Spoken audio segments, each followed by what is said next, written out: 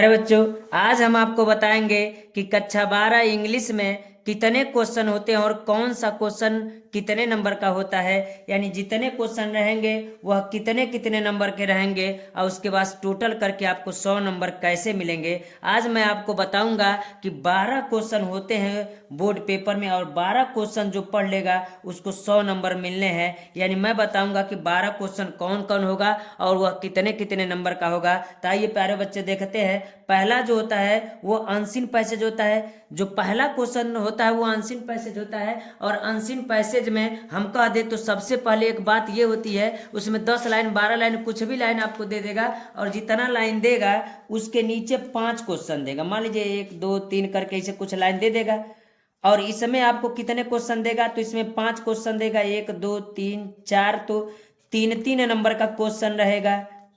और जो 5वां नंबर का क्वेश्चन रहेगा, 5वां में 3 क्वेश्चन रहेगा और टोटल पर मिलेंगे कितने, तो आपको मिलेंगे कितने 3 नंबर। तो 3 3 6 3 3 3 चौक 12 15, यानी 15 नंबर आपको पहले नंबर के क्वेश्चन पर मिलता है। और सबसे आसान होता है क्योंकि कहीं अलग से नहीं लिखना रहता है, आपको उसी अनसीन पैसेज में से आपको छाट करके लिखना रहता है। इसलिए प्यारे बच्चों आपके लिए आसान होता है और उस क्वेश्चन को आप लोग छोड़िएगा। मतलब पहला नंबर का क्वेश्चन ही आपका कितने नंबर का होता है, तो वह 15 नंबर का होता है। आइए सेक्शन ए का क्वेश्चन था रीडिंग वाला जो था। अब सेक्शन बी में आ जाते हैं। सेक्शन बी का जो क्वेश्चन है, सेक्शन बी वाला क्वेश्चन ये कहता है कि राइटिंग एन आर्टिकल, यानी आर्टिकल लिखने के लिए आएगा, यानी इससे कह सकते लिखने के लिए आएगा, तो उस पर आपको कितना मिलेगा, 10 नंबर मिलेगा। यानी दूसरा नंबर सेक्शन बी का दूसरा क्वेश्चन जो रहेगा, यानी नंबर का दूसरा रहेगा। सेक्शन बी का पहला क्वेश्चन जो आर्टिकल लिखना होगा और बहुत ही आसान रहेगा और आपको पता है कि इस पर कितने नंबर मिलेंगे, 10 नंबर मिलेंगे।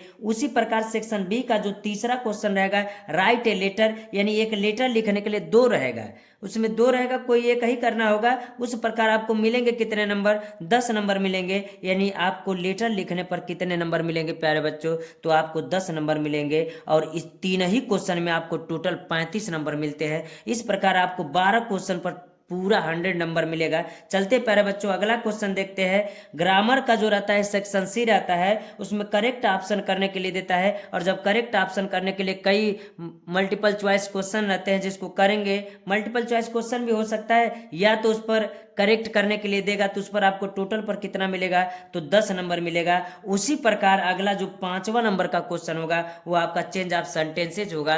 हो सकता है कि डिग्री में कह सकता है, नरेशन कह सकता है, पैसिव वॉइस कह सकता है, जो भी कहेगा सेंटेंस चेंज करने के लिए कहेगा, तो टोटल पर कितना मिलेगा, तो आपको कितना मिलेगा प्यारे बच्चों, 10 नंबर मिलेगा।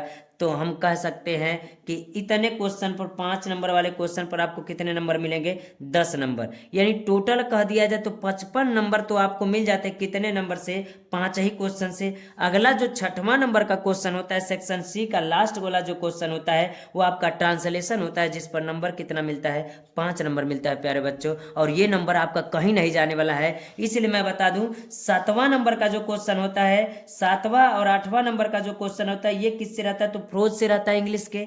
और इसमें क्या रहता है, इसमें शॉर्ट आंसर टाइप क्वेश्चन रहता है। और मैं बता दूं जो 7वां क्वेश्चन होता है, 7वें क्वेश्चन में शॉर्ट आंसर टाइप क्वेश्चन रहता है, 3 क्वेश्चन रहता है और 2 करना होता है और आपको 4 नंबर मिलते हैं। यानी इसमें आपको कितने क्वेश्चन करने होंगे, 2 क्वेश्चन करने होंगे। दिया कितना रहेगा, 3 दिया रहेगा, करना कितना होगा 2, तब जाके आपको मिलेंगे कितने, 8 नंबर मिलेंगे। और इसी प्रोज से ही आपका लॉन्ग आंसर टाइप क्वेश्चन का 2 क्वेश्चन रहेगा।